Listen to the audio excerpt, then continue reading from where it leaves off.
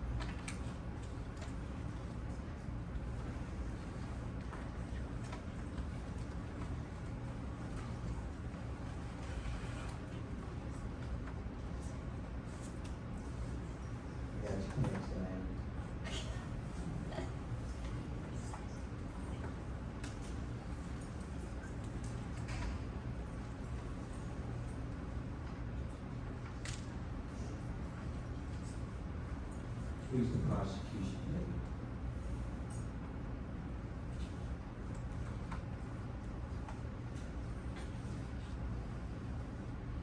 Just a little few things before we get started, so we're on the same page. There we have some things to go by. Maybe out of habit, some other things you may see me divert a little bit. That being said, as the prosecution, you may have me referred to as the state, because you're representing the state, presenting the case, so I'm referred to the state, so yeah, I had it, that's you. Who is the defendant? The one defendant. You're my bailiff, man, you're supposed to be, you can be on trial later. You're not on trial. You might be on the stage, but you're not on trial. I don't miss the bailiff. State, I don't have charges against the bailiff.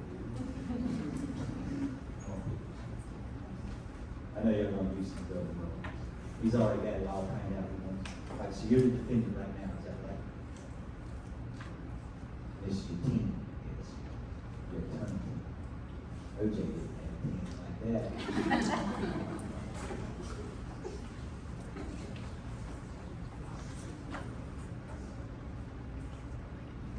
We're going to get into the opening statements.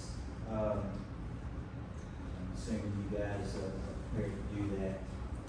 And I know that the first thing that talks about defense police, we'll go ahead and go through that, particularly that's something that's already accomplished before there's ever a trial date set. But for all intents and purposes, so that you can go through the motions on how you want, I would simply we'll act like we haven't done that yet. So I'll ask, what is the defendant's plea in this case? Next.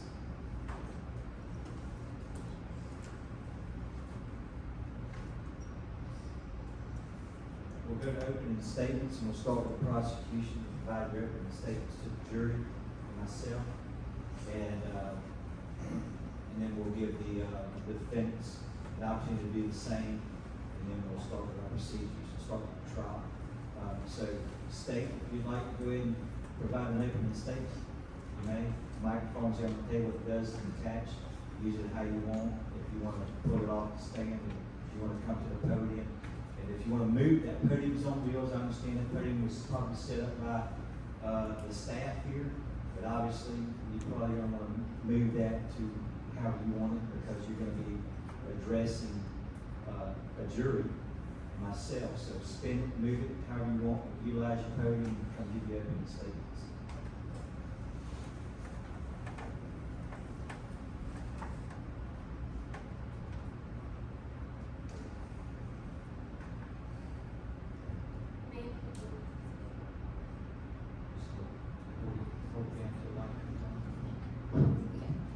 May it please the court, your honor, and ladies and gentlemen of the jury.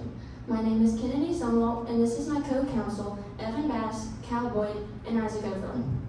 The case being presented to you today is about a reckless site and project manager who prioritized her money over the innocent lives of her employees. On August 31st, 2012, the massive crane being used for the project collapsed, turning the project into a pile of debris. Underneath it all were the lifeless bodies of Arthur Dent and Grace Hopper. The issue in the case today is that the defendant, Tatum Zilius, ruthlessly cast aside the value of her employees' lives, all to reach the deadline, which would guarantee her $25 million. She was so determined to make the due date for Project Z, which was October 31st, 2012, that she decided she would do whatever it took to make sure that happened, even if it meant putting her employees' lives at risk. She had her eyes set on making this due date because she would be paid if the structural work and roofing for the project were completed by then. The Project Z, when completed, was to be a public housing system. However, because of Tatum Zilius' raging ego and obsession with wealth, this would never be. The great roofing panels for the project were scheduled to be lifted on August 31st, 2012. But unfortunately, Hurricane Isaac came early, and the weather was much too dangerous to do the lifts. Even though many of her employees told her the lifts were too dangerous, Zilius forced Micah Stratton, the crane operator, to continue with the perilous lifts. The first of the two lifts were almost as fatal as the second. Micah had barely gotten the 2,900-ton roofing panel off the ground when he nearly crashed it into a nearby apartment building. Continuing to ignore her workers' pleas to stop the lift, Zilius forced Micah to continue with not only the first lift, but the second lift as well. Today,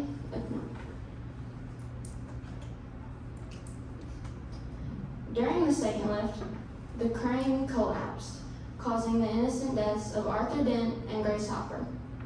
Prosecution will prove today that Tatum Zilius is guilty of third-degree murder because she disregarded the importance of human life. She continued with the lifts knowing that she was creating a high risk of death or intense bodily injury to those on and around the construction site. The prosecution's first witness will be Emerson Turnkin. Emerson Turnkin was a site supervisor at Project Z.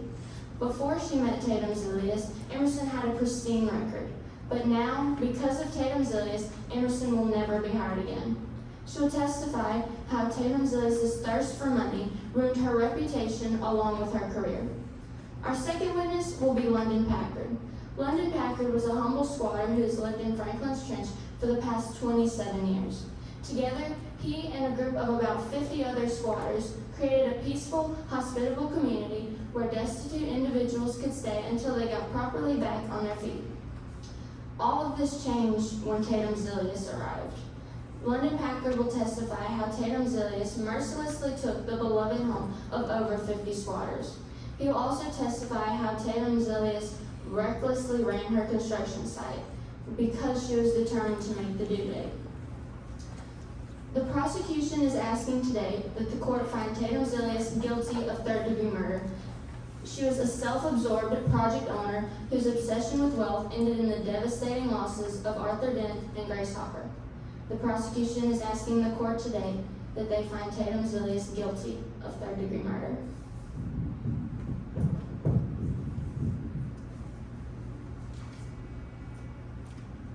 The defense counsel may proceed.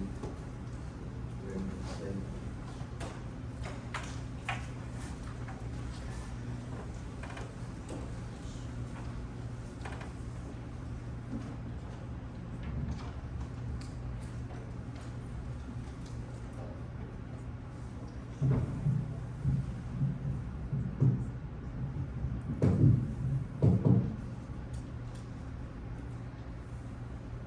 May it please the court, Your Honor, and ladies and gentlemen of the jury.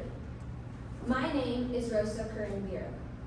I will be making the opening remarks for the defense. This is my co-counsel, Sophia Thornton and Noah DeFazio. I stand before you to prove why my client, Tatum Zilius, should not be convicted of murder in the third degree. Project Z was Miss Zilius' vision, but now it's gone, destroyed by Arthur Dent. My client started out in this world homeless, But that did not stop her from trying to make it a better place. When Miss Zilius became a successful businesswoman, she set out to help others going through the same experiences she had. But just when she was so close to achieving her goal, along came Arthur Dent, and he ruined everything.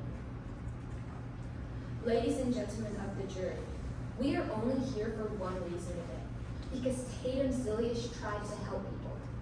Now she's being charged with a crime instead. Someone else is to blame for this. That person is Arthur Dent. Tatum Zilius founded Project Z. The goal of Project Z was to make the world a better place and keep Tatum from returning to the lifestyle she had as a child and to help others escape it. Miss Zilius purchased a piece of land called Franklin's Trench in Philadelphia, Pennsylvania. There, she began construction on Project Z, which, when finished, would be a public housing development like no other in the world.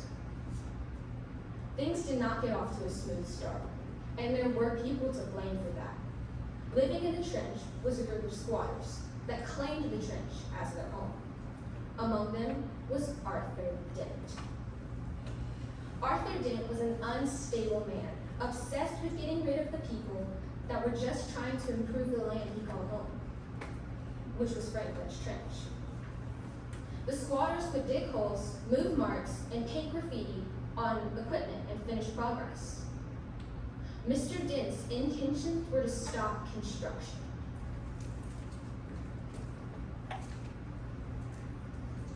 Mr. Dent had in his possession a wrench, a pair of wire cutters, and pills for his condition, which he rarely took. On August 31st, 2012, an incident occurred that resulted in tragedy. On the job site, a crane was being used, which was owned by Stratton Lift Service. On that fateful day in 2012, the crane, named Biden Phil, was at the peak of his second lift when it abruptly collapsed. The deaths of 2 people were confirmed.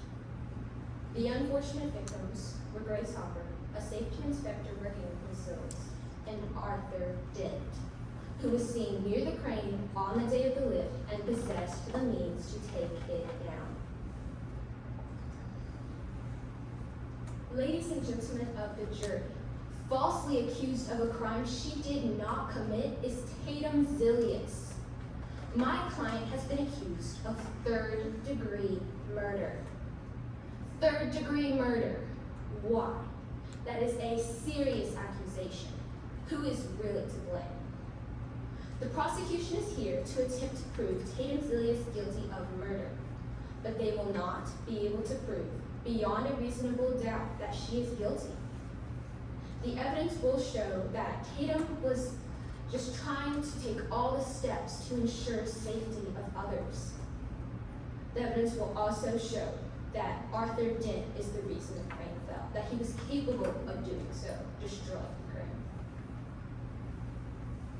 The evidence we will present will prove that Tatum is innocent. Micah Stratton, the crane operator, will show that the blame has been wrongly cast, and that there was a person capable of destroying the crane nearby on the day of the lift. We will show that that person was Arthur Dent. He is the reason the crane fell.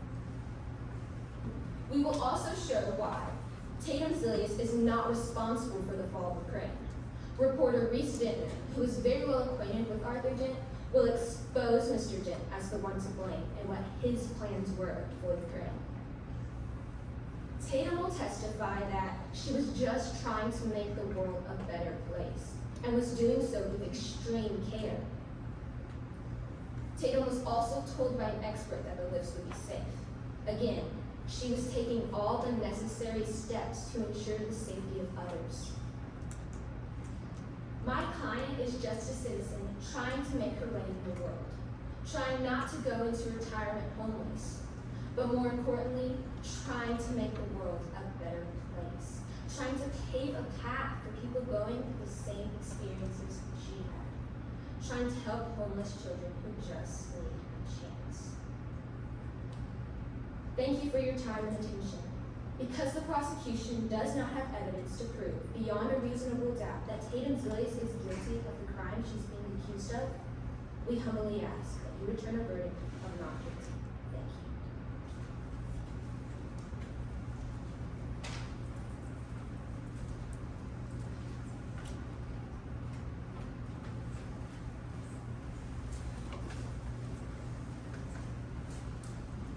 Prosecution may proceed. Intend to do so, maybe calling the first witness.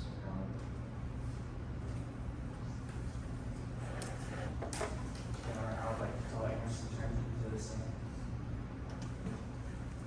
You'll approach the witness stand here today, we'll swear you in under oath. And you can have a seat afterwards. You swear that the evidence you shall give to the court and jury is the truth, the whole truth. You may have a seat there, you can move that microphone to adjust, it looks like it is on, so just adjust it how you need. State you can. Please introduce yourself to the court.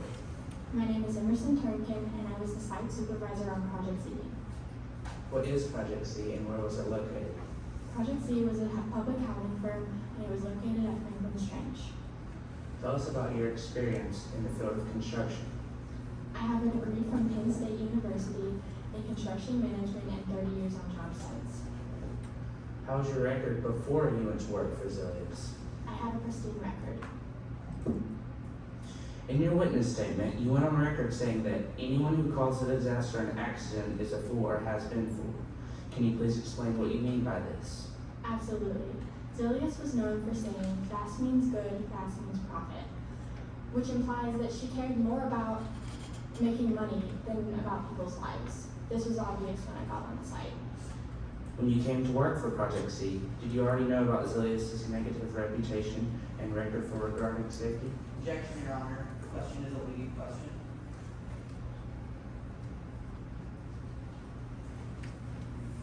Yes, Mayor, so am I supposed to have predetermined answers for these? Maybe not. So I'll just give you one, and I don't know. Well, I'll give you a great example of real court. You'll learn something from this. Can you repeat that question? When you came to work for Project C, did you already know about Zilius' negative reputation and record regarding safety?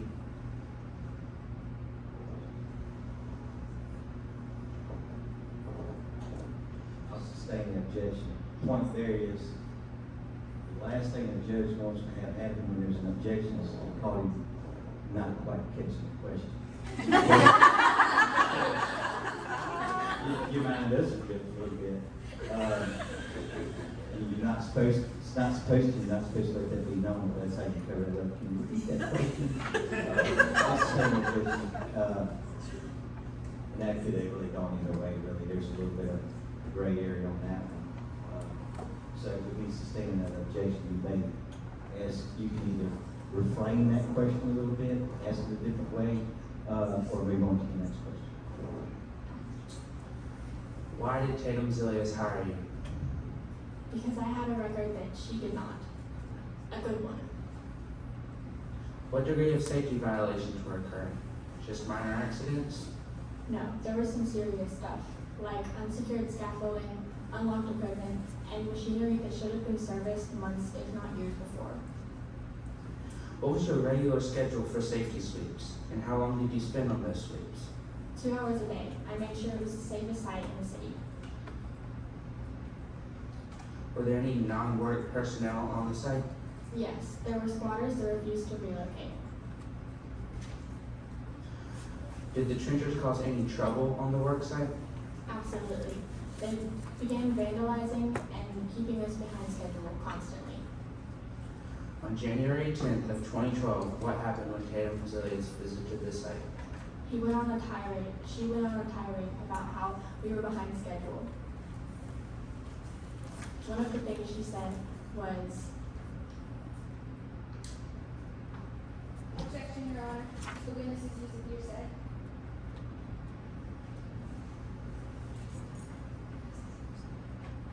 I will say this, just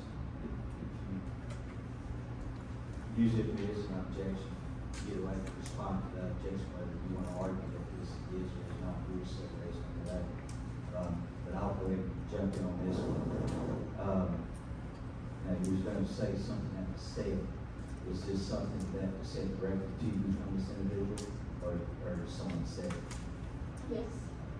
I'll overrule the objection and let you testify and answer it. One of the things she said to me was, if we don't finish this project fast, we die. Nothing you say can change that. How did Tatum's village change the site to be sure work would get done? She put up a fence and then cut down the safety swoops and then cut them again. And then she started a second, and then a third shift without even consulting me. What incentives did Tatum offer to be sure work was getting done around the clock? Well, she offered overtime, but it was actually mandatory. The people who didn't want it didn't last very long. How many hours a day were you forced to work? 16 hours. The issue today is the tragedy that occurred when the lift of the second roofing panel failed and 2 people were killed. Can you tell us about the roofing panels? They were convex and overlaid. Why did the convex panels make the lifts more difficult? They were more dangerous to lift Why? because they were curved. How was the overall safety on the work site?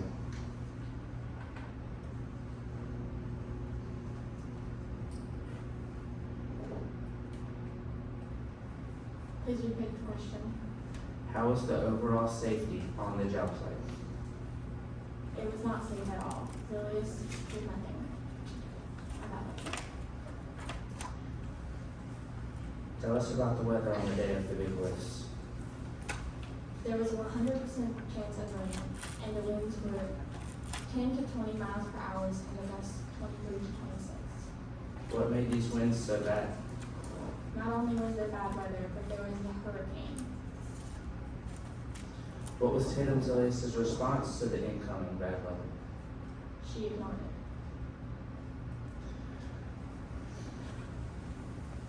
You stated that you lost control of the situation on the job and that Tatum was aggressive and negligent. In what way was this evident on the job? She ignored all safety protocol and constantly made us work when we were exhausted. Tell us about Zilius taking up residence on the job. She clearly took over my job and wanted to be there for every single second.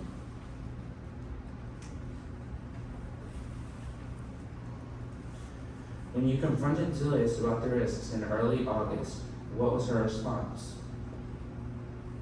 She said, if we Objection, don't, Your Honor. The witness is using hearsay. You know, is this a direct conversation to you from her? I'll overrule the objection. she said, if we don't finish fast, we die. Nothing you could say will change that. You tried to have a discussion with Tatum before the big lifts. Tell us about that. I confronted her about my concerns, but I was ignored. How did you begin the day of the morning of the lifts on August 31st? I knew the safety protocol would be thrown to the wind, so I took it upon myself to do a quick safety check. Did you see anyone on site that morning? I did. I saw a squatter near Fighting Field. I reported this to Zilius, but I was ignored. Did you present any other information to Tatum Zilius before the lifts? I did. A weather report that was revised saying that the winds and rain would come sooner than expected. What was the result of this? She just asked me, why aren't we lifting now then? What happened during the first lift due to the foreboding weather conditions? Please repeat the question. What happened during the first lift due to the foreboding weather conditions? Micah Stratton, the crane operator, lost control of the panel and almost hit an apartment complex. And how many lifts were there? There were two. Were there any disasters during the second lift? Yes. When the panel hit apex, it hit a gust of wind and it brought the crane down, killing 2 people. No further questions, Your Honor.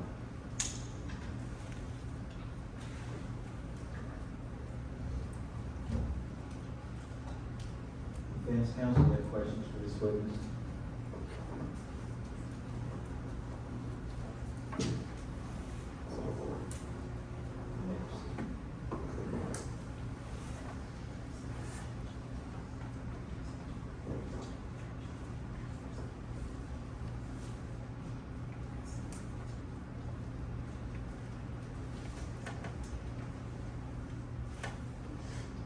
When Zilius first approached you in 2011, she gave you complete job site control, correct? Yes, but that is not what happened. I lost it in the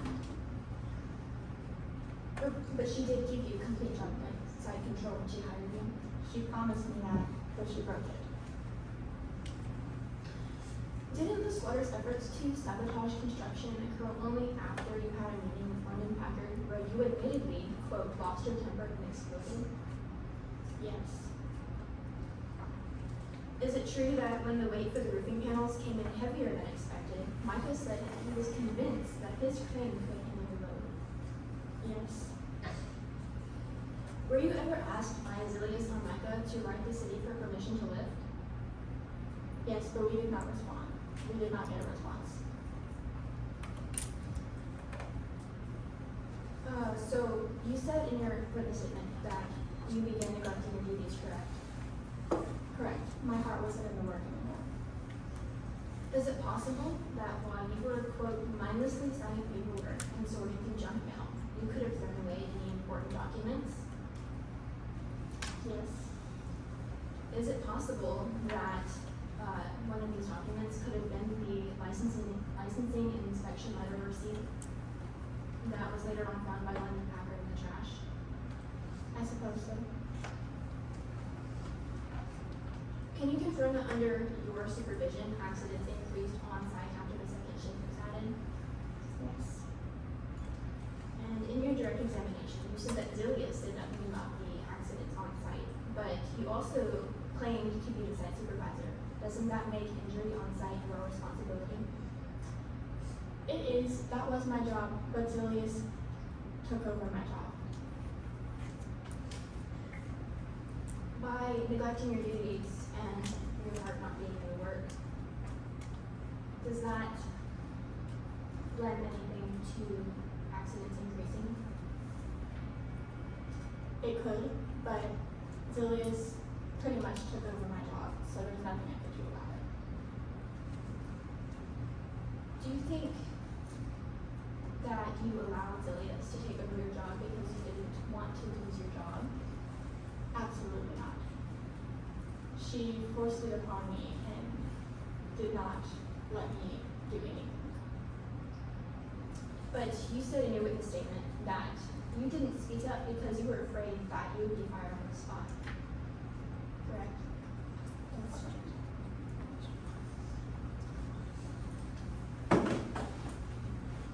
Now on the day of the accident. Did you see anybody suspicious near the crane on August 31st? I did a spotter. Did you see any damage done to the crane after approaching it? No.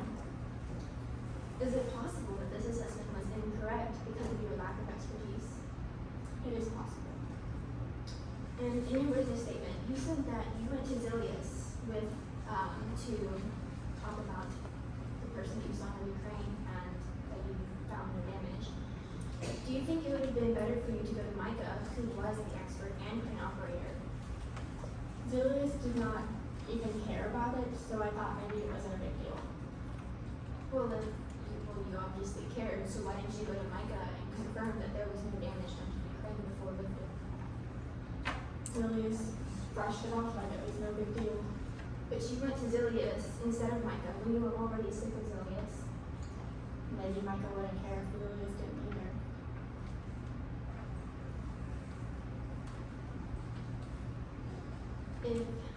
According to different witness statements, been better for you to go to my gut instead of Zilius. Possibly. Thank you, Your Honor. No further questions.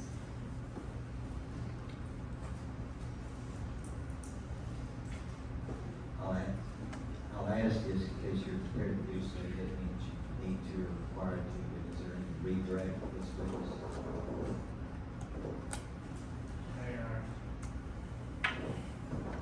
Basically,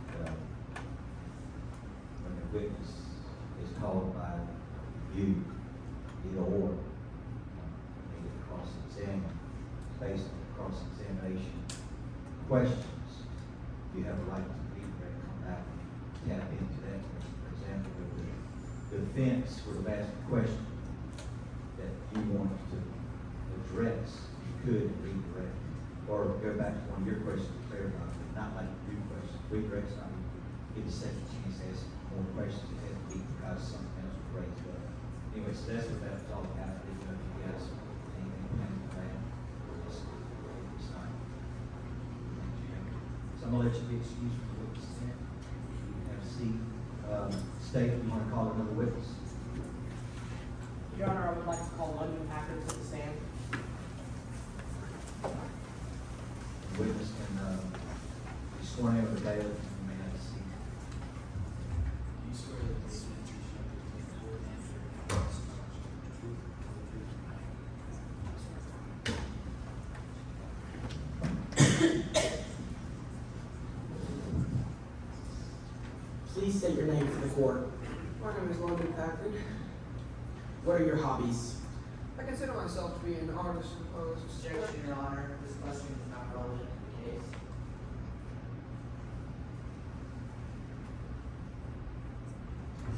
When did you first come? I'll let you, I'll let you answer the question, see where we're going.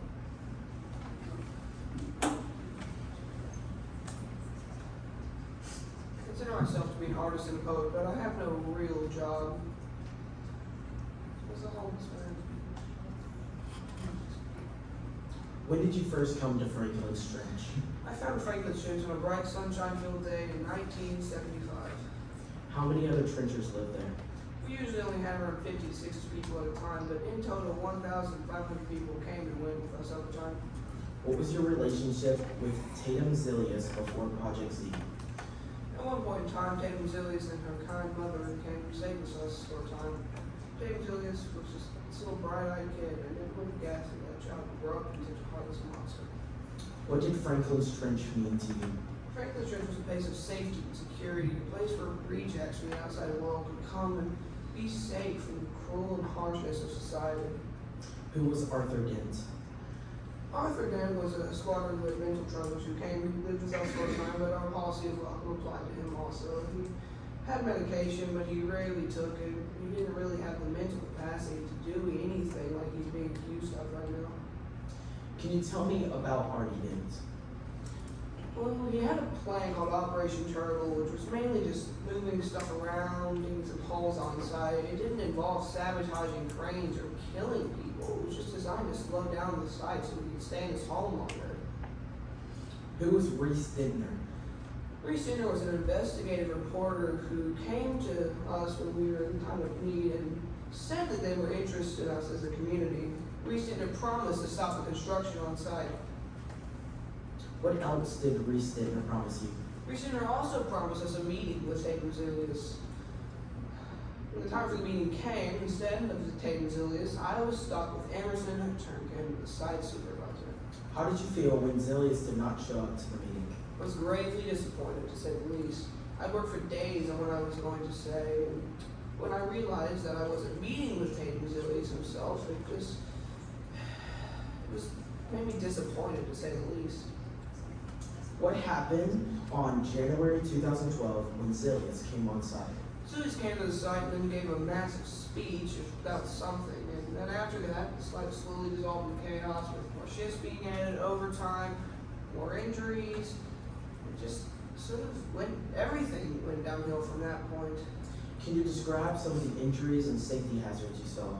Yes, I can. I saw people turn their ankles without being twisted from. I saw someone's foot get run over. I saw a lot of wires laying in puddles. I saw tools that were properly secured. In one particular incident, I saw someone go up a ladder, fall down, be carried off unmoving in a stretcher as Tatum Zilius was ordering the next person up that very same ladder. At this point, how many other trenchers still lived? Everyone else had moved on to find somewhere else to stay. It was just me and Artie. Did Zilius ever offer to help you find another place to live? Zilius never even talked to me about that, no. Tell me about the letter you found on August 24th. Well, as I said in my witness statement, on August 24th, I found a letter from the city council that stated that the lifts were not supervised because they requested more information before they could be approved. Your Honor, I would like to enter Exhibit 15 into evidence.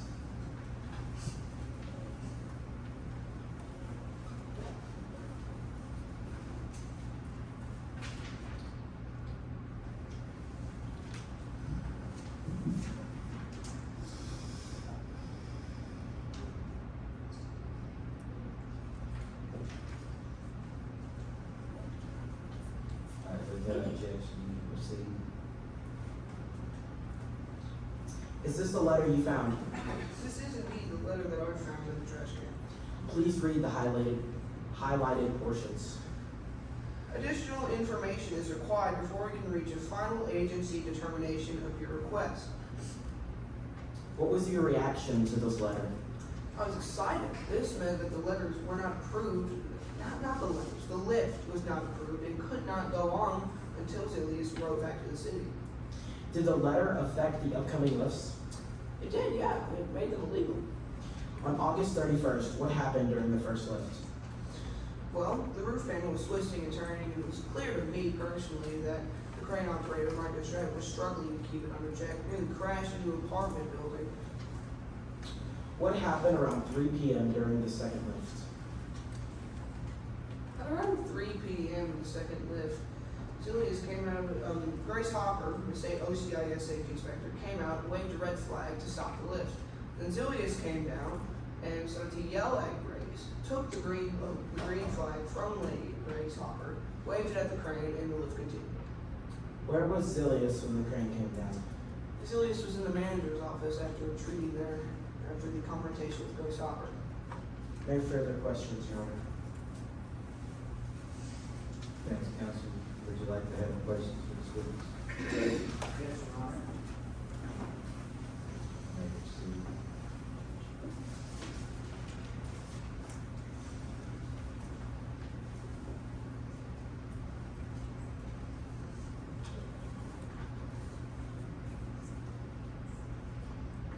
Mr. Packard, was it? Did you say that Artie was one of the strangest residents of the trench? You could say that, yes. He was rather unusual, but not dangerous. Did you say that Artie had mental problems? He did. I believe it was some form of autism or Down syndrome, but I'm not quite sure. Was he frequently taking the meds for his condition? No, he believed it to be some kind of conspiracy theory, I guess. Did Artie attack Emerson Turnpin with a shovel? He tried to, but I stepped in between them at our meeting to prevent anything dangerous from going on. Did he try to attack Emerson Turnpin with a shovel? Well, yes, he did try, but I stopped him. Did you say in your witness statement that Artie promised to, quote, destroy the project from within, unquote? He did, but as I previously stated, he doesn't have the mental capacity to do anything dangerous. Did Artie have an access point onto the site that he could use at any time? I believe he did, but I never saw said access point. Was Artie sabotaging the site in a plot he had developed called Operation Turtle? He was. I wouldn't call it sabotaging, more like slowing it down. It wasn't designed to bring down the project, just slow it down, really. But was this operation meant to stop construction? That was his goal, but as I have stated numerous times, he I'll had move never on. lined up a Did job. you say that Artie was, quote, harmless for the most part, and that he didn't have the tools of the concentration to do anything dangerous, unquote? Yes. And in your witness statement, did you also say that Artie was crying for violence in his speech to the trenchers? He did give a speech on a community meeting we called, and no one was really paying attention to it, and he did. Yes. Did he call for violence? He did call for violence, yes. Yeah. And in light of this, do you think that your assessment of him being harmless for the most part and not having the concentration to do anything dangerous is correct? I do. We've all made jokes about doing violent stuff, but none of us has actually really ever killed anyone or hurt anyone severely. We've all made jokes about it, but no one really has. And considering the fact that you said that he was harmless, and he literally said that he was calling for violent stuff, do you think that he was violent? I do not believe he was violent. I stand by what I said. Was Artie in possession of a stolen wrench? He was, yes. Your Honor, I would like to amend to evidence what has been marked as exhibit number 14.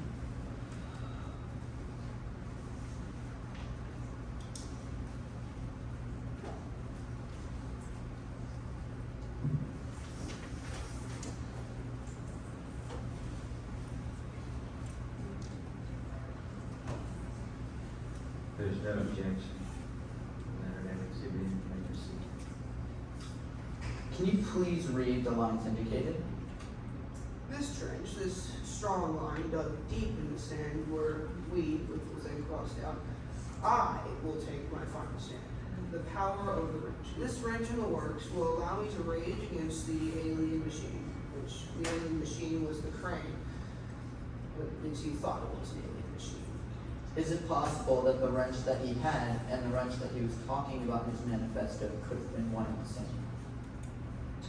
It's highly possible, yes. Yeah. And can you also confirm that you saw someone in a trench coat near the crane who may have been Artie? It could have been, but it could have been anyone at the time. Is it possible that it could have been Artie? It's possible. It's possible it could have been Tatum Yeah. Silius or Grace. It's possible it could have been Hopper, Artie. whatever. You said in your direct exam that the lists were illegal, but you're not an expert on defining legality, correct? Technically, I am not. But it does specifically say that the lists were not approved And how do you know that this is illegal? because the lists were not approved, which means they could not go on until further information was given to the city. And yet you're not an expert, correct? I am not, no. Counsel, Can you- let me stop you for just a moment, let's take a 2-second recess here.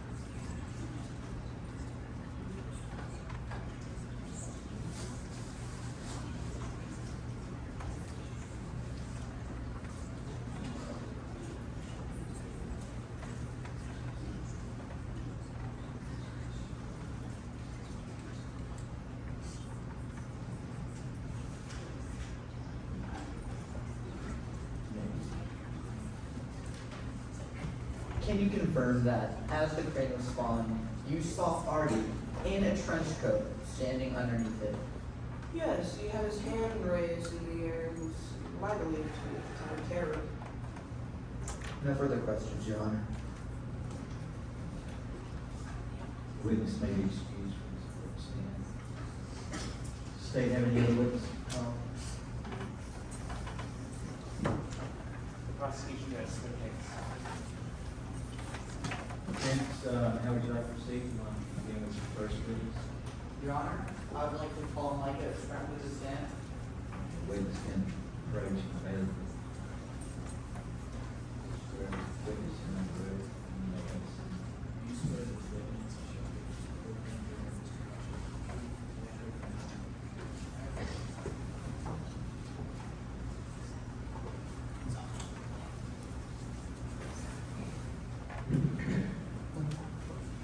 What is your name and occupation? My name is Mike S. Stratton, and I am a crane operator from the Stratton Lift Services. ELS is my mother's company. What is your relation to this case? I was the crane operator at Franklin's Trench at the time of the accident. How long have you been working on job sites? I've been working on job sites since I turned 16. What degree do you have? I have a degree in mechanical engineering from Drexel University. Where have you served? I've been a member of the International Union of Operating Engineers for over 25 years. I was the business manager of the local 542. I served on the board of directors of the Association of Crane and Rigging Professionals for over a decade, and I regularly speak at the annual meeting of the Crane Institute's certification classes. What awards have you received? I have received multiple lifetime service awards from the Association of Wire Rope Fabricators. What is Fight and Fill? Fighting Phil is ELS's largest and best crane. How long have you been working with Phil? I've been working with Phil for over 18 years.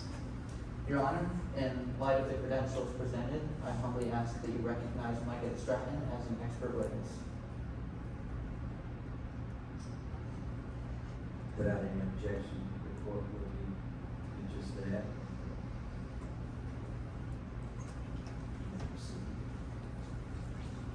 Thank you, Your Honor. When did Zilius hire you? Project Z contacted ELS early 2011. What crane did you originally want to use? We were originally going to use Big Tony, a smaller crane. And why did Zilius decide to use Fight and Fill instead? Zilius decided to use Fighting Phil for safety reasons.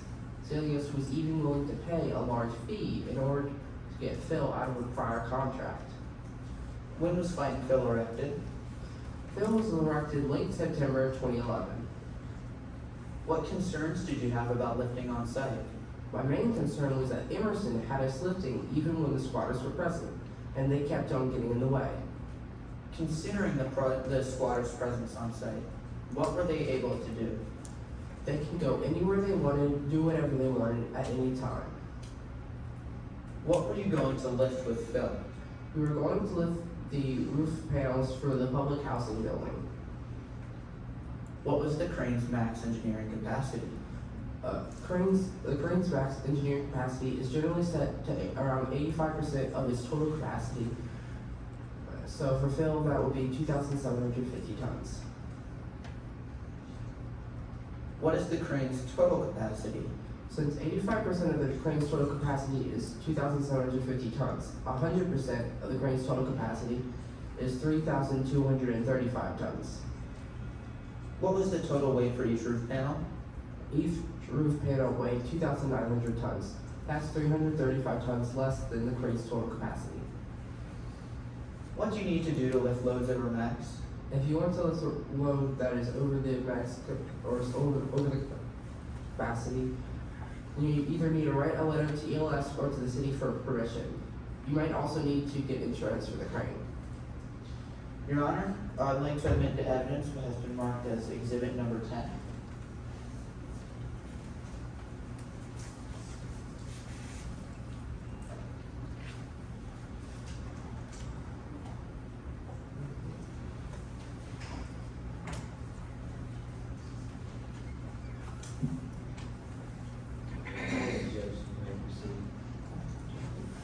Can you please read the sections indicated? Should Project Z request a complex or challenging lift with either crane, ELS may require Project Z to insure against damage to the crane. In light of this evidence, do you think that standard protocol to insure the crane for challenging lifts? Yes. What did Zilius find out what did you tell Zilius when you found out about the roofing panel's weight? I told Zilius that Fighting Phil could handle it and that Phil had done was heavier than this in the past. What did you do in response to the panels being overloaded? I asked Emerson to write a letter to the city for permission. What was the city's response? The city never responded. Who all agreed to lift when no response came back? Zilius, Trunken, and I all agreed to do the lift, and Grace from OCIS didn't stop us. How often would you serve as Fight and Fill? We tried to inspect fight and fill every 3 months, but it was sometimes more, sometimes less. What did you do when you showed up on the site on lift day, August 31st, 2012? I inspected the site, the crane, and ran through my pre-lift checklists. Why was the red flag thrown up in the middle of the list? A wrench was found in Phil's gears, causing a site-wide safety sweep. Your Honor, I would like to refer back to what has already been admitted as exhibit number 14.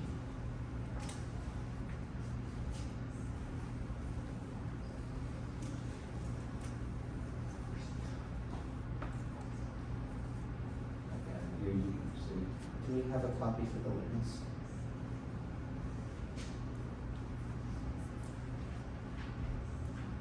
You should have a copy of it. You have one there?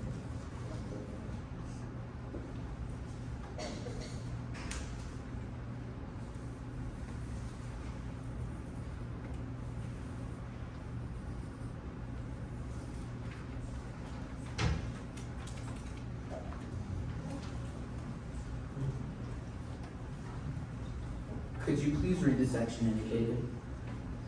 This church, this strong line dug deep in the sand, is where I will take my final stand, the power of the wrench.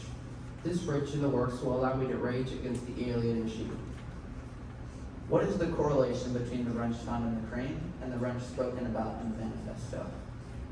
It is my belief, and also highly likely, that these two wrenches are one and the same. Objection, Your Honor, improper character testimony. Your Honor, may I speak to that? Improper character testimony is questions that talk about the character of the witness. I was asking about the two wrenches. I overrule the objection. After that incident, how did the rest of the lift go? It went pretty smoothly up until the accident, except that a tool was stolen during the second lift. What tool was it? It was a fire axe, presumably stolen by a squatter. How could this have caused the downfall of the crane? If the said squatter with the fire axe had chopped the hydraulics line at the wrong time, it could have caused the failure and downfall of the crane. No further questions, Your Honor. State, questions for this witness? Yes.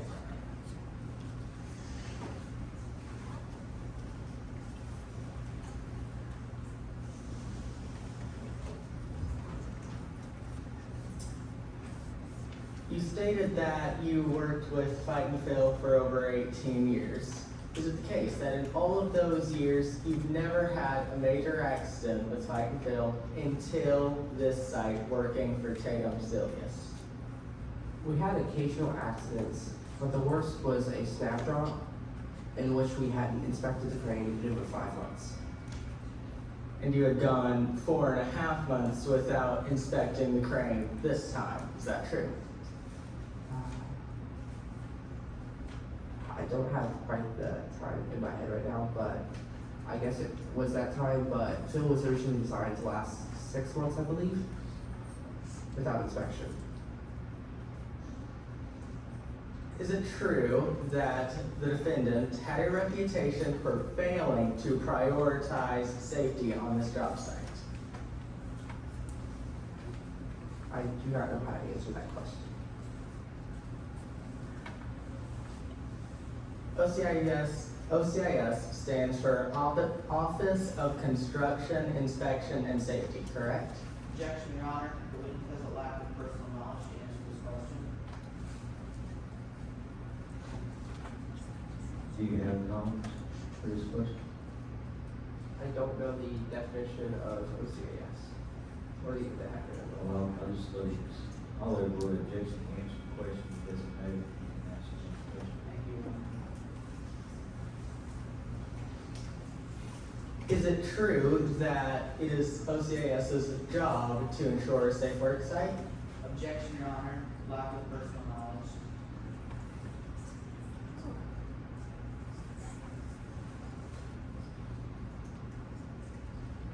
I'm gonna overrule the objection because I don't know if it does or not.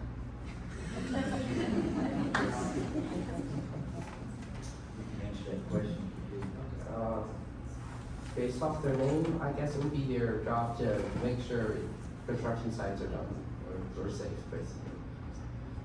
And didn't you say that after Zilius visited the work site, accidents increased and, quote, Zilius and Turnkin were clearly running the site, not OCIS, unquote. Yes? And when Tatum Zilius visited the work site in January of 2012, she cut safety sweeps, not because the work site was so safe, but because she considered them to be a waste of time? I don't know Tatum Zilius' opinion. But did she cut she did cut the safety sweeps, correct? Yes. There were non-work personnel on the site. You referred to them as squatters in your witness statement that were found on the site regularly. Is this true? Towards the end of the lift, there weren't as many, but at the beginning, there were a lot more. And is it true that Tatum Zilius did not attempt to move the squatters to a safer location? No, but Zilius did put up some walls or some fences to stop them from getting in. Were the fences successful in this? No.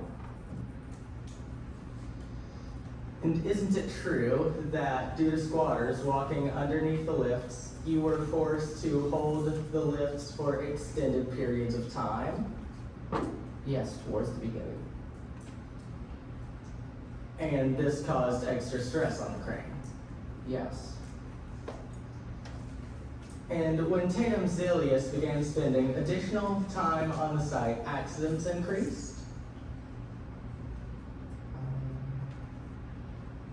Not sure how to answer that question. Can you rephrase it, maybe? When Tatum Zilius began visiting the site, accidents increased. Is this true? I'm not sure. Because Zilius could visit the site earlier, that didn't directly cause accidents to increase. It would be by actions caused by Zilius, not by the fact that Zilius visited the site, causing accidents to increase.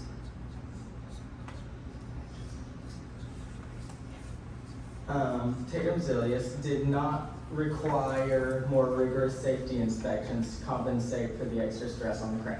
Is this true? I'm not sure how to answer that question. On the morning of the tragedy, you were concerned about the weather, weren't you? I was concerned about the weather at a point during the day, but that was because I was unaware at the time. I did not have I had a report, but it was a little bit old, so I called to make sure that the lift would be fine, to asking about the weather, asking if the weather was going to get worse, or if it was going to get, if the weather was going to get better. And it was confirmed that the weather was going to get worse. Is this correct? I was never told that the weather was going to get worse. I was told that the lift was going to be fine. And wasn't you already stated that the first panel was delayed when a wrench was found in Phil's gears, right? I believe, yes, I said that. I believe the witness stated the wrench was found before the lift started. I don't remember. By the end of the first lift, you were so concerned about the weather that you called Emerson Turnkin, the site supervisor, to discuss it, correct? Yes, I called whether or not to continue with the weather because I did not know the weather. But rather than discussing this with Emerson Turnkin, Tatum Zilius got on the phone and insisted that you complete the lifts. I called Emerson, and while I was calling Emerson, Zilius got on the phone telling me that the lift was going to be fine by the weather.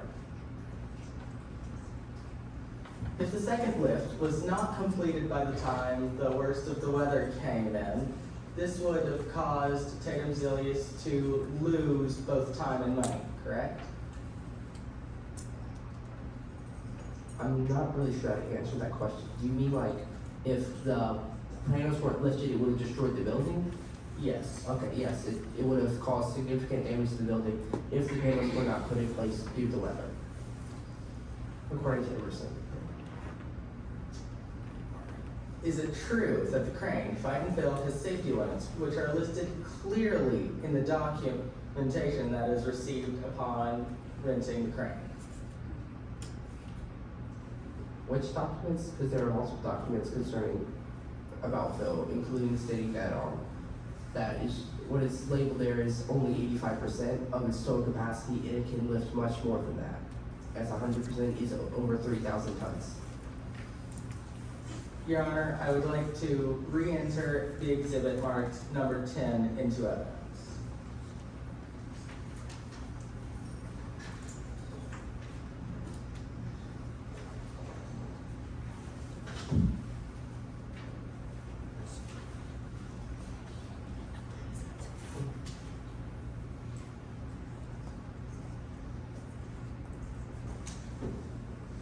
According to this document, isn't it true that Fight and Fill's engineering tolerance is 2,750 tons? Yes, but it also says in this note right here that that's 85% of its total capacity. So 100% is over 3,000 tons. This is not Phil's full capabilities. But doesn't it say that you must proceed with extreme caution when performing a lift of such a weight? It does say proceed with extreme caution, but that's not its full capabilities to do. It's basically just a guideline. Whenever you're making a sheet, you have to basically, you could say it's like a policy. They set it at 85%, even though it can lift much more than that. And the shape of the roofing panels was convex, which the document states can increase safety concerns. Is this true? Where does it say that? In the highlighted section. Yeah, it says maximum wind tolerances for convex or concave objects may be lowered. It doesn't say anything about weights, just says wind.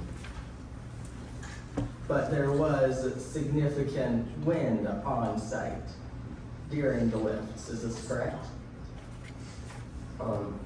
Actually, I'm pretty sure it's not as defined as like hurricane winds are. It's not hurricane winds, it's just a light breeze. But you stated earlier that it was 20 miles per hour of winds. I never stated that earlier. Do you mean the witness statement? Because I never said that out loud. Yes, that is In correct. the witness statement? Okay, yeah. I don't recall exactly what I said, but I'm sure we'll go off of that. Alright. But that's on, even in these pages, that's not even the max. But it would be in the area at which you were meant to proceed with extreme caution regarding winds, correct? Are you talking about max sustained wind or max wind gusts? Because the wind gust is just proceed with caution, and if you're talking about the max sustained wind, it's just proceed with extreme caution. I did mean in the wind speeds. Okay. Does this document also show safety limits regarding combinations of risk factors, such as the high winds, the high weights, and the convex surface of the lift? I do not believe so. If I can see. Right. Your Honor, I would like to enter the following exhibit marked exhibit number 11 into evidence.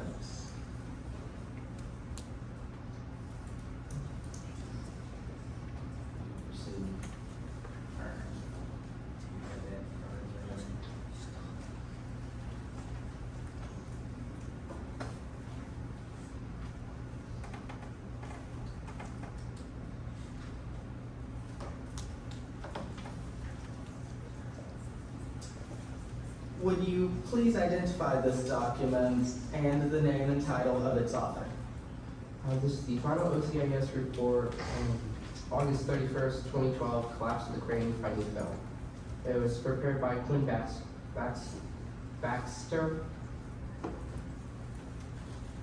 in Mr. Baxter's professional opinion, was there a safety violation in which Fight and Phil lifted, quote, an amount in excess of the crane's capacity without approval? Where are you reading this from? That Is it would the be, Highland area, or? it would be within the exclusive summary, yes.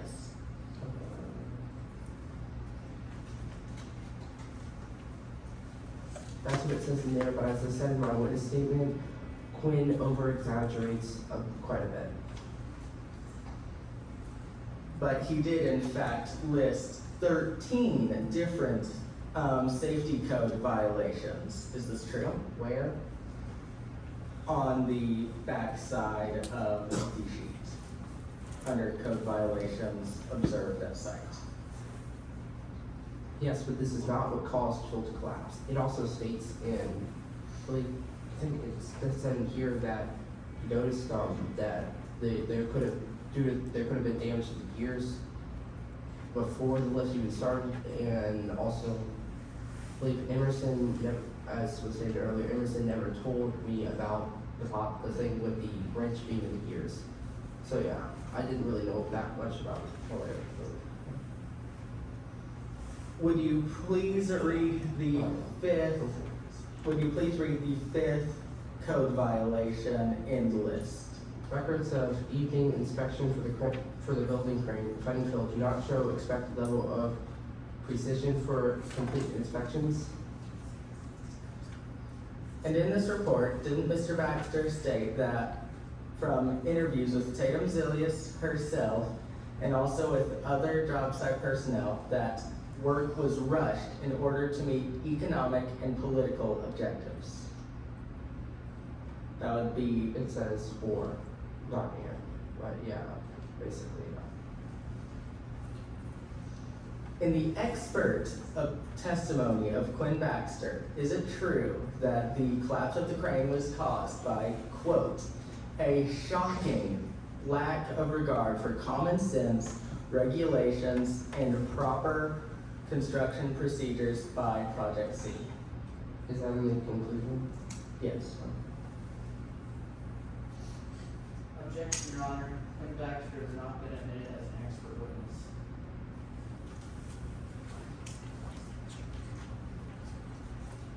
Honor's ruling.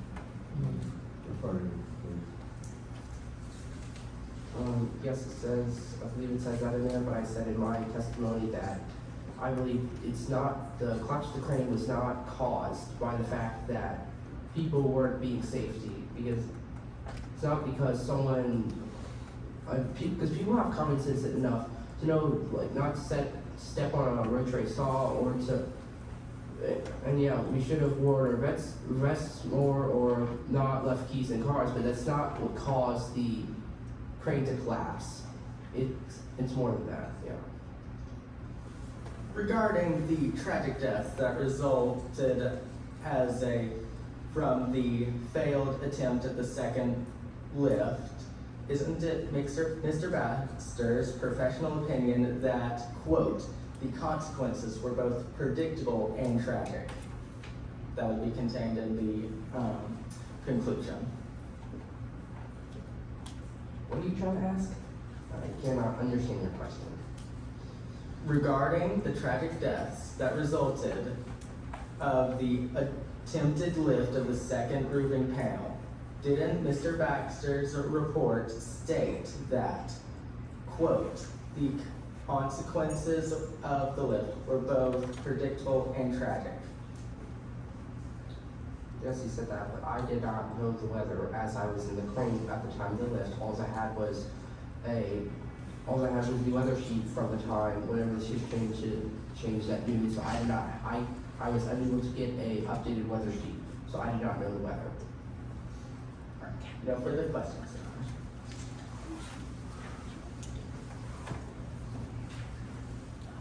maybe excused. Vince, would you like to call our next witness? Your Honor, I'd like to call this witness.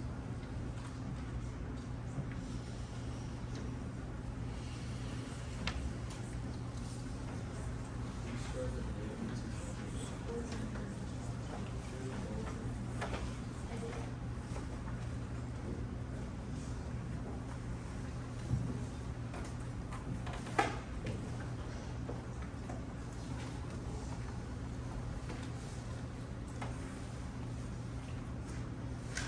What is your name and occupation? I'm Reese Detner, and I'm a reporter for Philadelphia. What is your relation to this case? I was well acquainted with Arthur Dent, and I witnessed the crane fall. According to your witness statement, what is Tatum Zilius like? Tim Zilius is a snake, awful person, and cheapskate, but a murderer. That's silly. What is your impression of the people who blame Zilius for this accident? They're idiots who are just trying to put the blame on Zilius. Already stated, blood would be spilled, and blood was spilled. He wanted to die a trench coat martyr, and lo and behold, died a trench coat. Objection, Your Honor. That was opinion testimony. Waiving this is attempting to give expert testimony. Um, you can go to the next question.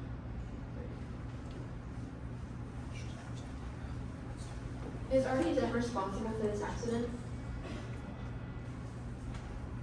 Can you rephrase the question?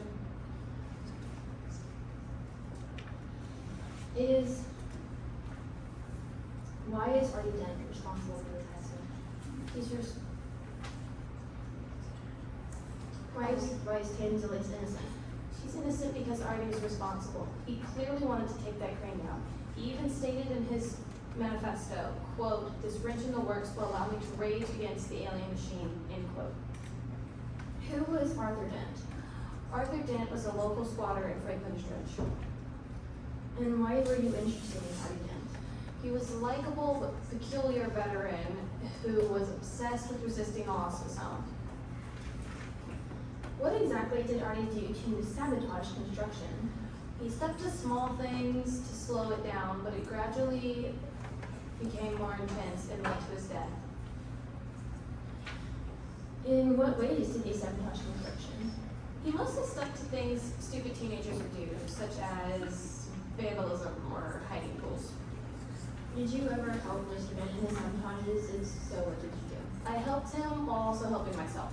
After the fence was put up, both me and Artie were put out of a way to get on site. So, to fix our small dilemma, I left a pair of wire cutters for him to find.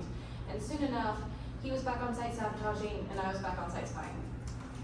Apart from the wire cutters, is there anything else Artie Dent could have used to bring down the crane?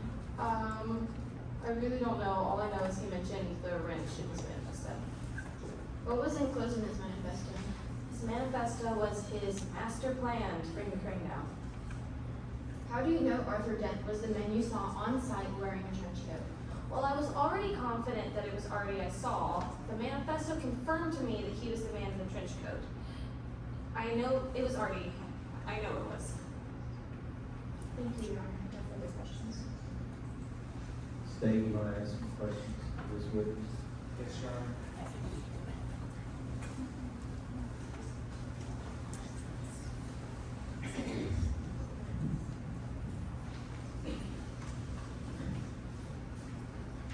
You stated that you think Tatum Zilius is a snake, correct? Yes. Is it true that you found people called trenchers living on the side of Project C when you first visited? That is correct.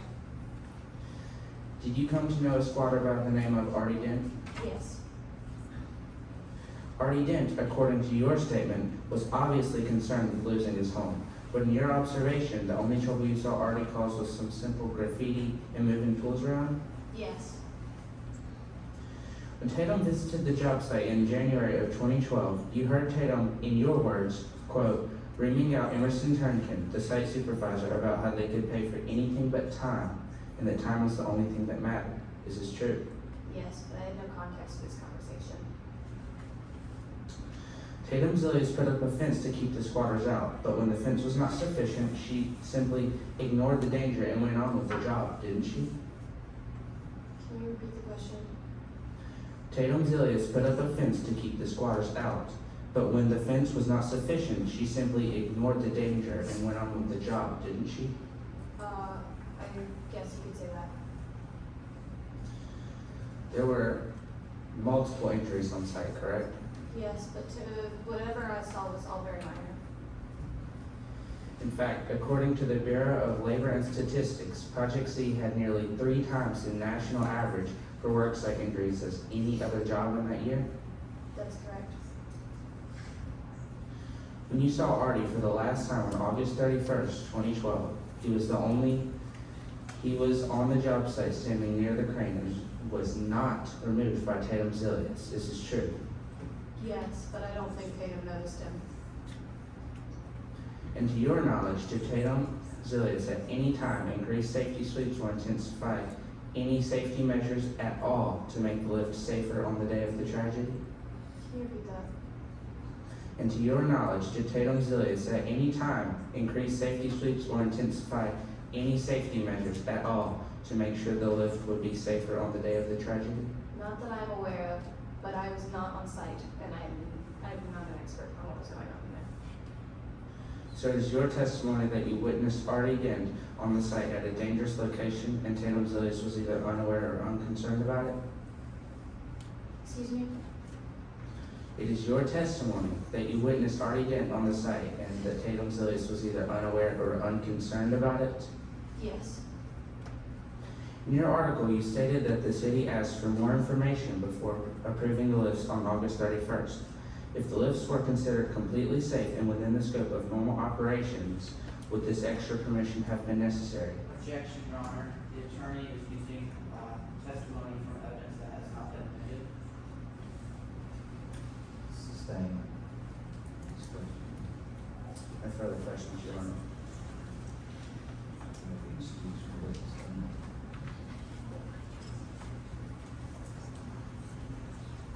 Okay, is there another witness?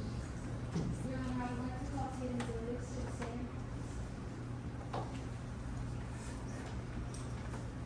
Please swear that the evidence you show here that the court and jury in this matter shall be true, the whole truth, and nothing but the truth.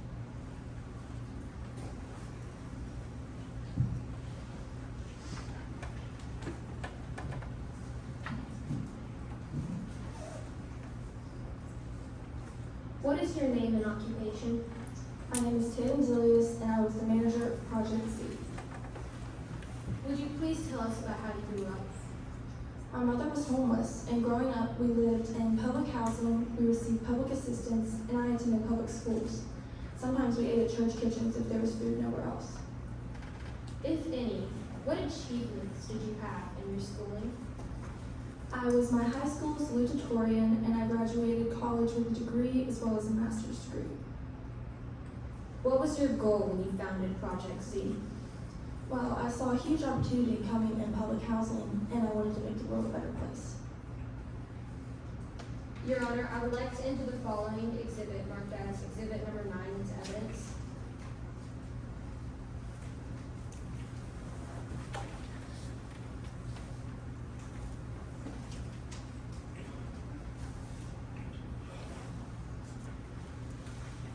Proceed. You have what has been marked as Exhibit Number 9 for identification. Would you please identify this? This is exhibit number 9, the Memorandum of Understanding. Please read the first paragraph, numbered paragraph, in order to define Project Z. Project Z shall be named the developer of the Franklin's Trench project, and it shall be responsible for the construction thereon of a multi-family apartment building for use as part of HUD and the city's efforts to improve the quantity and quality of public housing in southeastern Pennsylvania. How was Project Z funded? At first, we used Project Z's public money, but after that ran out, it was funded from my own pocket and my own investment in the company. How did you feel when Project Z ended? I did not like it, not at all. I never wanted anyone to get hurt, and that's why I hired Emerson Turnkin. Please expound on why you hired Emerson Turnkin. I hired Emerson because, like I said, I never wanted anyone to get hurt. And Emerson was the type of person who could get things done quick and right without endangering any lives. Who else did you hire? I hired a Stratton Lift Services in their crane fight and fill. Who was the crane operator? Micah Stratton. For what reason did you have to add more shifts? I added more shifts because we were falling behind. We were falling behind because of the squatters. They were sabotaging the work and they were getting in the way. At least that's what Emerson mumbled about when I visited the site and things were barely underway. Tell us about the panels you brought, please. They were a city block long each with solar panels and wind turbines for cloudy days. They cost a couple $1 million and they came from the firm in Japan. What did you ask Emerson Turnkin when the weight total for the panels came in? I asked her to write a letter to the city to ask for their permission for the lift. What were some concerns you had about the lift? The weather was a little concerning and the panels were overweight. For what reason did you decide to proceed with the lift? Because I had every reason to believe that the lift would be safe and that it would go well. What made you confident in your decision? Micah did. On the day before the lift, we held a team meeting to discuss if we should lift. And when I asked everyone, is it safe to lift, Micah assured us he could pull it off.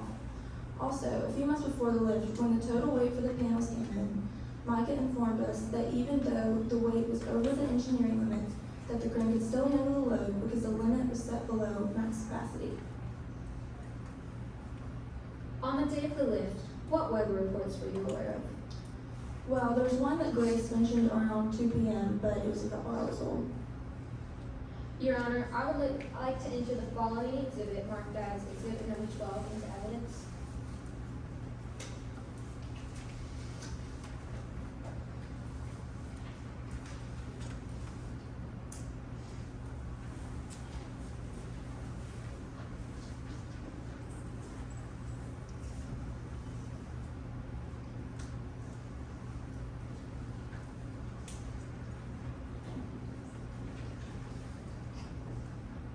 You have what has been marked as exhibit number 12 for identification. Would you please identify this? This is exhibit number 12, the weather report from August 31st.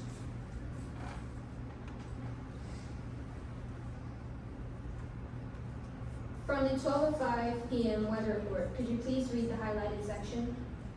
Sustained wind at 10 to 20 miles per hour and gusts at 23 to 26 miles per hour. Your Honor, I would like to refer to exhibit number 10.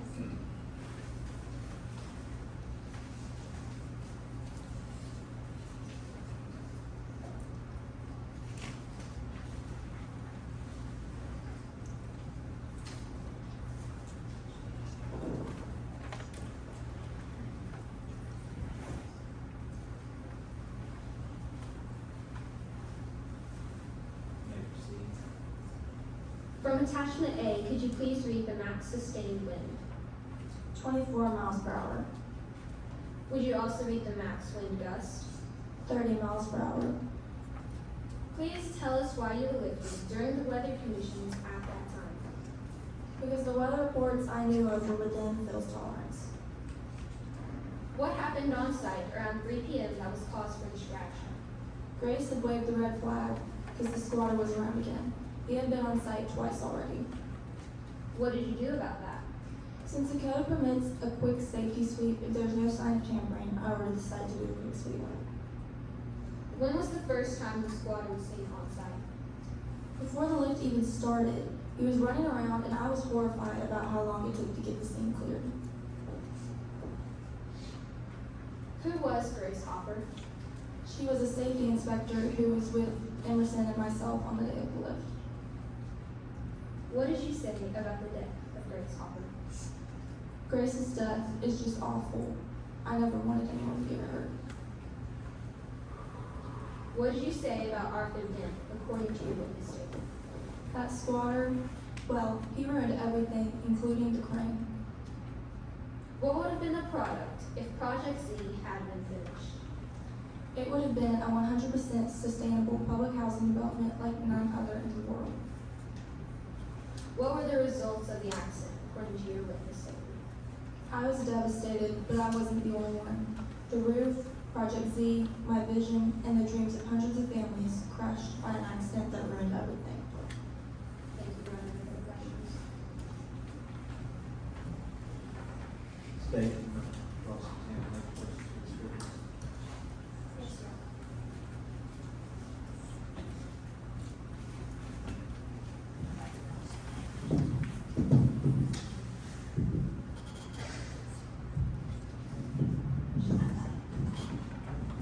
You began construction for Project Z on January 1st, 2010, correct? Yes. And you were planning to build a public housing system, weren't you? Yes, I was. And you decided to build this in Franklin's Trench, yes? Yes. But there were already a group of squatters living in Franklin's Trench, correct? Yes. You disregarded them and continued with construction, yes? I suppose so. You hired Emerson Turnkin as your site supervisor for Project Z, yes? Yes, I did. And she was concerned about working for you, correct? Objection, Your Honor. The witness has a lack of personal knowledge to answer this question. They really answer as you can. Could you repeat the question, please? Emerson was concerned about working for you, correct? I don't know.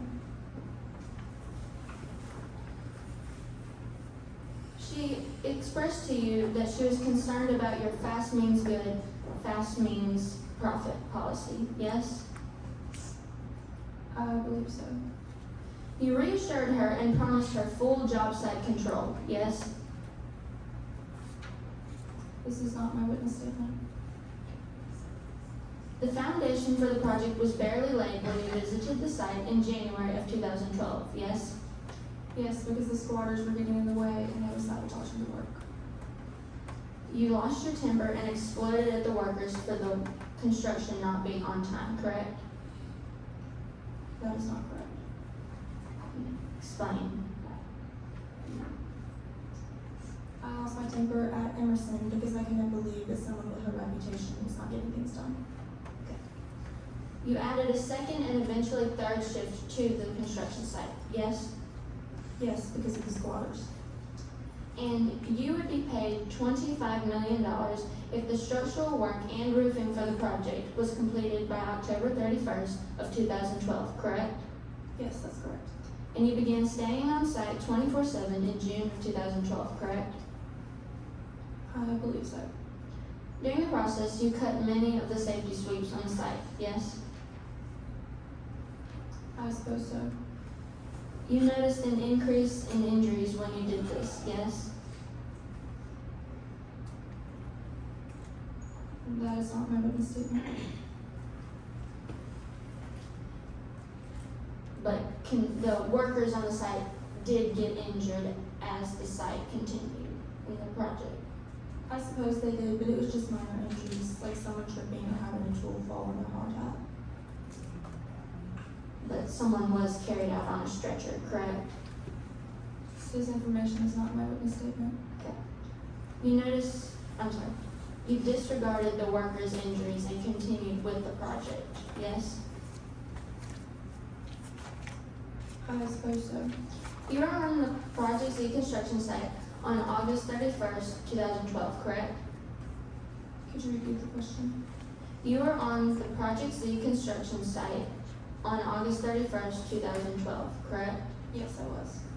And that was the day the roofing panels were scheduled to be lifted into place, correct? Yes. But the weather was too dangerous to do the lifts, correct?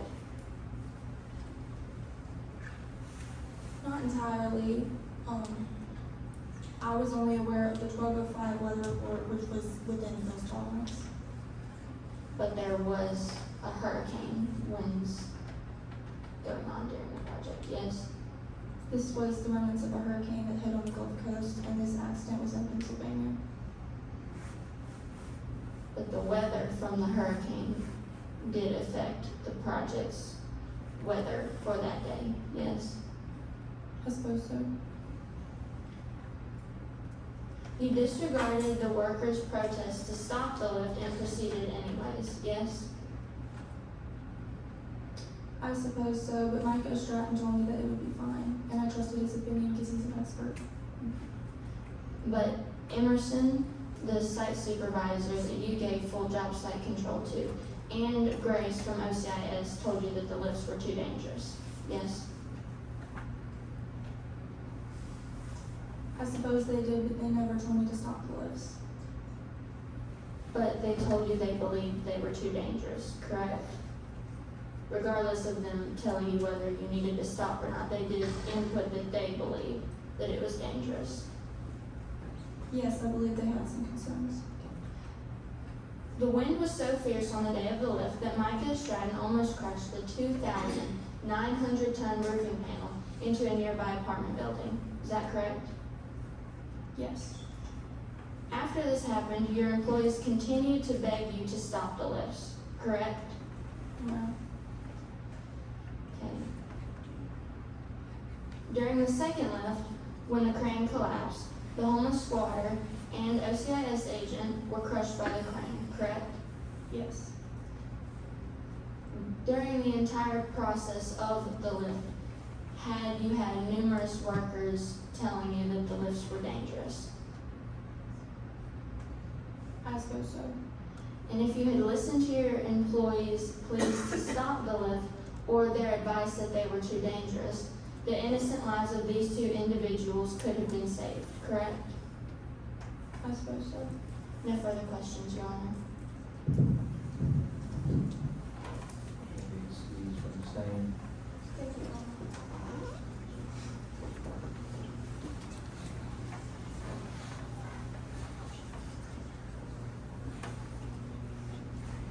Defense have any other witnesses? The defense struck 6 cases.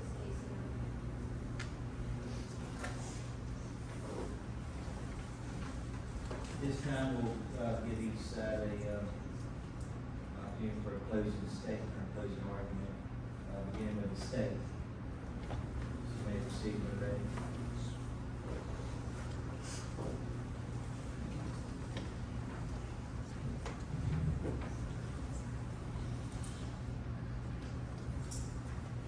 If it please the court, I will be making the closing, if it please the court, Your Honor, I will be making the closing remarks for this case.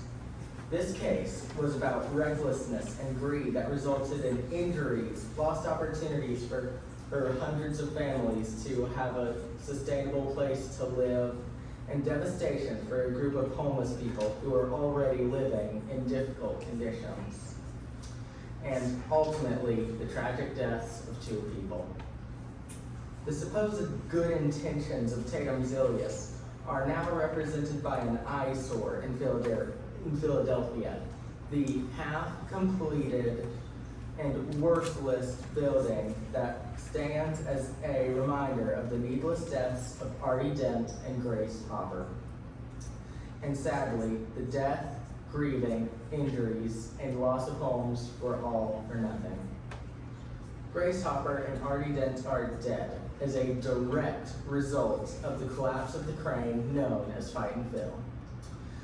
You've heard testimony that the sustained winds, the wind gusts, and weight of the roofing panels were all within Fightin' Phil's maximum tolerance range. What you haven't heard is that it's safe for all of these factors to be close to Phil's maximum tolerances at the same time. And in fact, what you have heard today proves that the combination was not safe. The weather combinations and the weight of the panels were approaching Phil's 100% failure rating, and Tatum Zilius, when told that the weather was going to be worse, simply rushed the lifts instead of calling them off. In fact, the weight of the panels were well outside of Phil's maximum safety engineering tolerance. These factors, combined with the weather and the convex shape of the panels, were simply inconveniences for Tatum Zilius, who is well known for saying, "Fast means good, fast means profit." Furthermore, according to the crane rental term sheet, it was specified that the crane would not perform lifts outside of the designated safety limits without receiving approval for the city. However, financial gain combined with Zilius's willingness to turn a blind eye resulted in tragedy. Tatum Zilius recklessly put her own financial greed above the safety of human lives. You have heard that the squatters were at fault for sabotaging their own safety in the crane, but it was within Zilius's power to simply pick up the phone, call the police, and have them removed to a safer location for their own good. She did not. In the case of Commonwealth versus DeStefano, it was established that third-degree murder includes killing with malice. Malice being defined as a wickedness of disposition, hardness of heart, cruelty, recklessness of consequences, and a mind regardless of social duty. Malice may be found where the defendant continuously disregarded an unjustified and extremely high risk that might have caused serious bodily injury or death. Tatum Zilius demonstrated this disregard when she repeatedly ignored the warnings of Grace Hopper about the dangers of the lifts. Furthermore, she ignored the concerns of Micah Stratton when he voiced his apprehension. In the case of Commonwealth versus Kellum, the state found that negligence can be construed as malice. Zilius was negligent in ignoring at least 2 red flags in her disregard of the weather in the remnants of a hurricane because it was simply another inconvenience. Finally, in the case of Commonwealth versus Schofield, the state found that disregarding the warnings of others regarding the possibility of harm or death does constitute third-degree murder. You have heard today from the crane operator, the site supervisor, and a resident of Franklin's Trench, and they have all provided reliable testimony showing that Tatum Zilius disregarded warnings, ignored the advice of her own crane operator, and chose to not inform the crane operator of the weather during the lifts.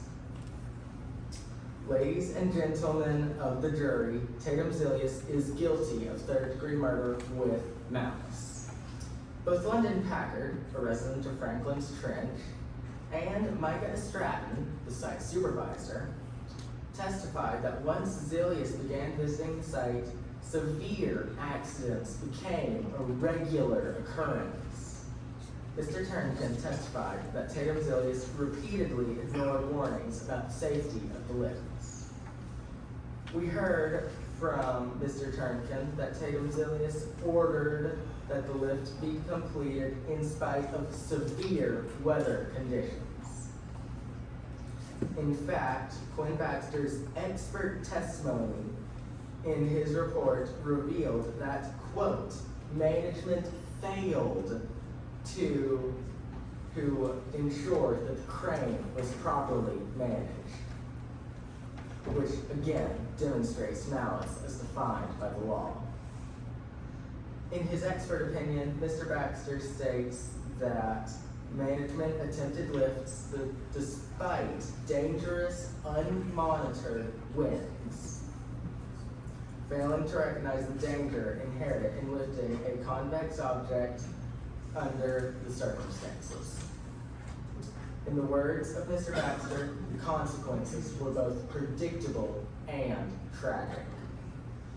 In fact, Mr. Baxter's report lists 13 code violations as well as other additional contributing factors. Evidence has proven that this tragedy was preventable. You have heard that Finefield was not properly maintained and was attempting a lift well outside his safe ability when all factors are combined. You heard from Quinn Baxter's expert testimony in his report that Tatum Zilius had significant financial incentives to get the job done quickly, as well as hearing this from Tatum Zilius herself. You heard that Fightenfield's own safety data expresses the need to proceed with extreme caution on lifts over 2,750 tons. Extreme caution would at least suggest checking the weather throughout the afternoon. You've heard Micah Stratton's confidence in the crane regarding his own ability and his record with no major accidents. But a record is just that. It is not always a prediction of what could happen. This time it clearly was not. Finally, you heard from Tatum Zilius, the defendant, who not only had a lot to gain financially if the project was a success, but also had a lot to lose if the project failed. Tatum Zilius herself admitted that she was known for saying fast means good, fast means profit. She was never accused of being as concerned with safety as she was with profit, however. Ladies and gentlemen of the jury, we have not only proven our case between reasonable doubt, but beyond a shadow of a doubt. You must find the defendant guilty of third-degree murder.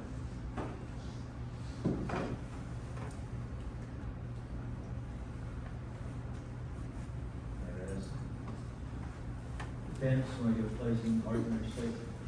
May I please the court? She proceeds.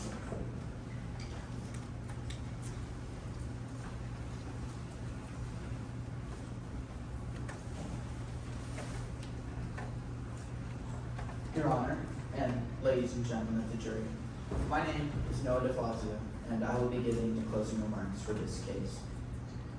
Tatum Zilius was minding her own business with her construction project on Franklin's Trench when everything came crashing down.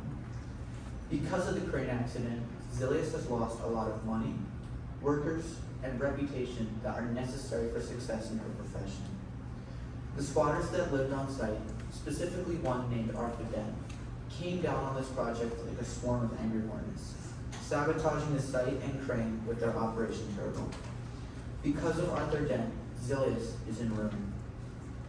According to the judicial decision made in the Commonwealth v. DeStefano case, third-degree murder requires malice, and in the Commonwealth v. Codem case, the definition of malice is a wickedness of disposition, a hardness of heart, cruelty, recklessness of consequences, and a mind regardless of social duty, although a particular person may not be intended to be injured. The prosecution believes that Zilius had malice, specifically recklessness of consequences. However, this is not true because Zilius was assured by Micah Stratton, a crane expert, whose expertise gave him superior knowledge that the lift would go smoothly. She put her trust in an expert's word and was therefore not reckless. For the prosecution to elicit a guilty verdict, they must meet the burden of proof. The burden of proof requires that the prosecution prove beyond a reasonable doubt that the defendant, Tatum Zilius, is guilty. Ladies and gentlemen of the jury, if in any way there is some reasonable doubt in your minds, you are required by law to give a not guilty verdict. The prosecution must meet the burden of proof. Our questioning with Micah Stratton, the crane operator, further established how Zilius was not reckless because Micah had told her that the lift was fine. We also saw how Artie tried to sabotage the crane with his wrench. In multiple places in Micah's witness statement, he told Zilius that the crane could handle the conditions and that the lift would go well. Zilius was not reckless because she put her trust in an expert. Micah also testified that a wrench was found in the crane on the day of the lifts, and Artie talks about a wrench in his manifesto, specifically the power of the wrench. This helps prove that Artie was the one who tried to sabotage the crane, and that he could have done it again with the stolen fire axe. Micah recognized the significance of the stolen fire axe, exemplifying this concern by admitting that a squatter with a fire axe could have taken down the crane. Let me repeat that. Micah, a crane expert, said that a squatter could have taken down the crane. He even said it was probable. Reese's testimony helps further show that the saboteur was Artie because she identified him with confidence near the crane before the lifts. The next witness we brought was Reese Detmer, and she helped identify Arthur Dent, someone who openly wanted to take down the crane, as a potential saboteur. Arthur's manifesto specifically talks about him wearing a trench coat on the day of the lifts, and Reese confirms this in her witness statement. She says that when she got to the site, she saw Artie in a trench coat near the crane. Not only was Arthur identified near the crane, but we also know that he wanted to destroy the crane. He openly and frequently talked about it, exemplifying his desire through the Operation Turtle. Artie, a dangerous man who wanted to take down the crane, was identified near him on the day of the list. The final witness that we questioned was Tatum Zilius, who showed us that she had good intentions for the project. Her motives were not malicious, they were beneficial. She specifically said that she did not want anyone getting hurt, and that safety was important to her. Her main goal with this construction project was to make the world a better place by fitting in environmentally friendly solar panels for power and by renovating one of the most rundown parts of the city. Not only were her motives safe and clean, but she also did not directly disregard consequences with the decision to move forward with the lifts. Micah Stratton assured her that the lifts would be successful, and she took his word as a given because of his experience. ELS promised that the crane operators knew what they were doing, so Tatum believed that. Because of that fact, she was not reckless. London Packard was an important witness for the prosecution, and yet this important witness was filled with bias and prejudice. Packard was the unofficial elected leader of the band of squatters, so his loyalties would have laid with them. This would not have allowed him to see the situation from Zilius' perspective, and so he was biased. Emerson Turnkin was another important witness for the prosecution, and yet she is a blatant hypocrite. Her job as site supervisor was to oversee the site and workers, and yet she testified that she stopped caring about her job. How can she accuse Zilius of negligence and recklessness if she herself didn't care enough to do her own job? The prosecution claimed that the lists were not approved by the city, and so the lists were illegal.